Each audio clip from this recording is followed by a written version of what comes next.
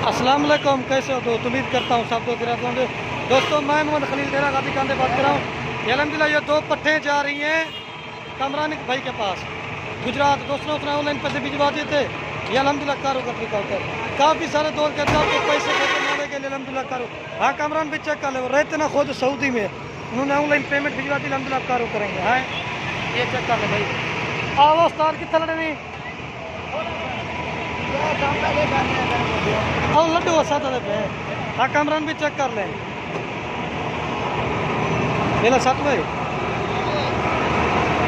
हाँ कामरान भी चेक कर लें।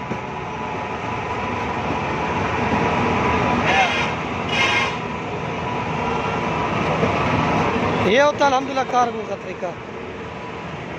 बंद करे उस्ताद, ये माशाल्लाह उधर से हवा लगती रहती है उनको।